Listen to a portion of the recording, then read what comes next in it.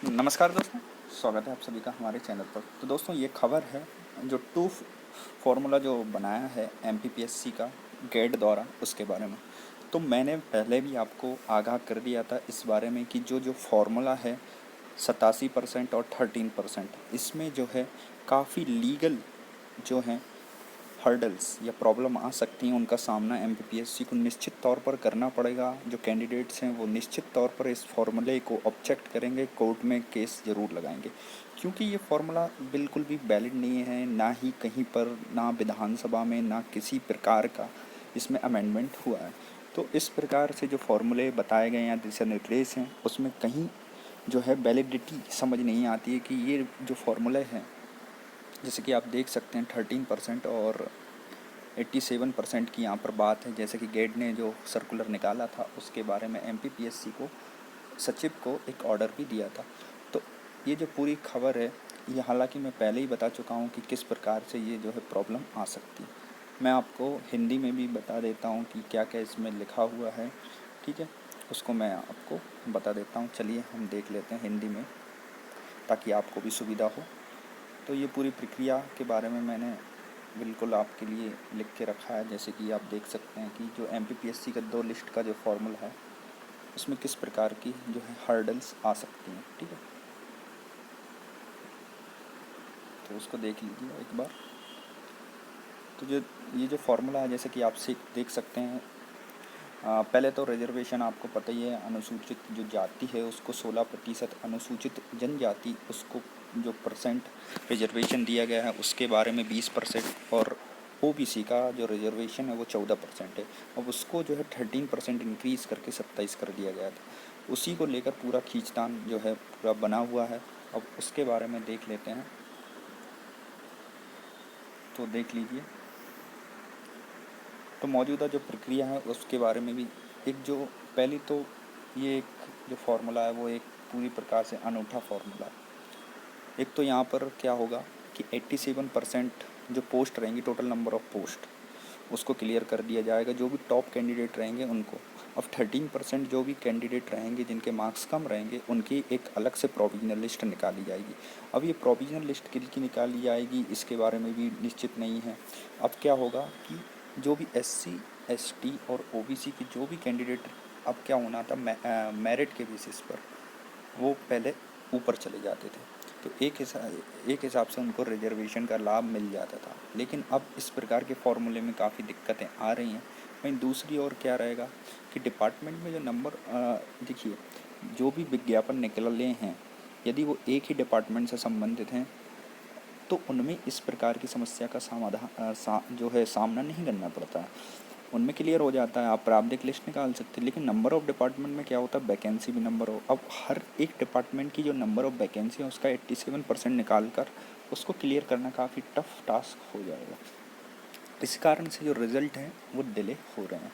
तो जैसा कि इसमें भी लिखा हुआ है कि जो बताया गया 13% जो पोस्ट रहेंगी उम्मीदवारों के लिए जारी की जाएंगी, प्रारंभिक, ठीक है, प्रोविजनल।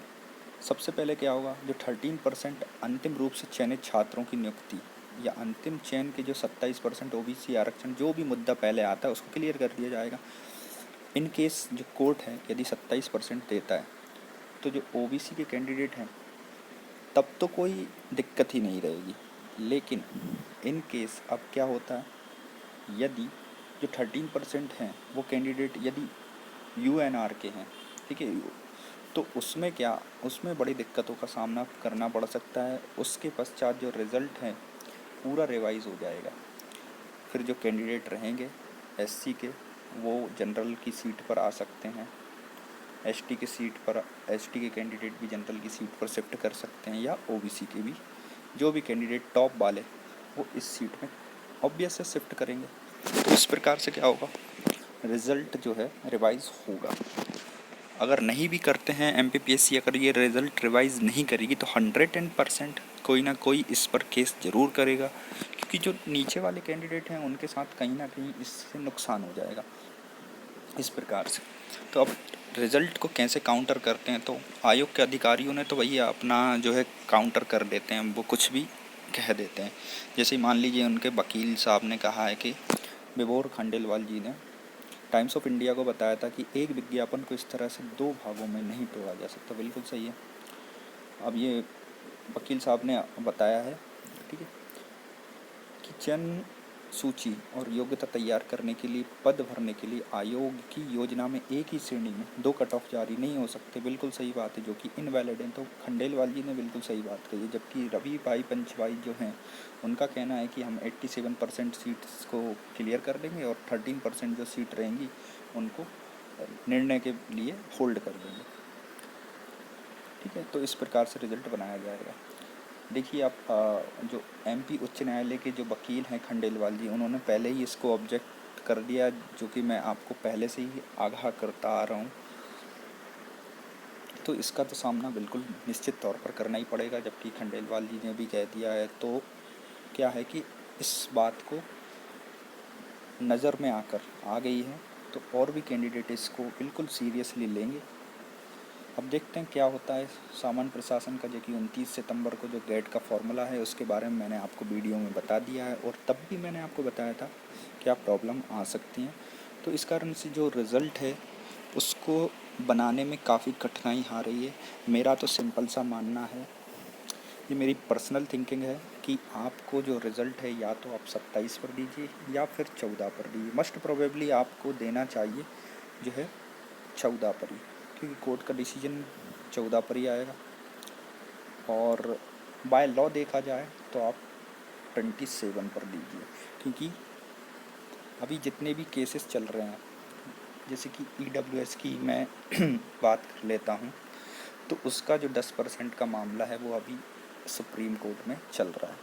तो जब EWS की जो भी वैकेंसियाँ हैं, ठीक है, उन्हें SC ने मना नहीं किया है, तो इसी प्रकार से OBC में जब आपका 27% से जो एडवर्टाइजमेंट निकाल चुके हैं, तो आप उसको क्लियर कर दीजिए, ताकि इस प्रकार की जो परेशानी है उनका सामना नहीं करना पड़ेगा। मतलब कि जो वैकेंसी अभी निकल गई हैं, कम से कम उन्हें तो क्लियर किया जा सकता है, अगर एक सीधा सा फंडा है। क्योंकि युवा और बहुत से कैंडिडेट यही चाहते हैं कि कोई ना कोई सल्यूशन आप निकालिए, चाहे 27 पे दीजिए, चाहे 14 पे दीजिए।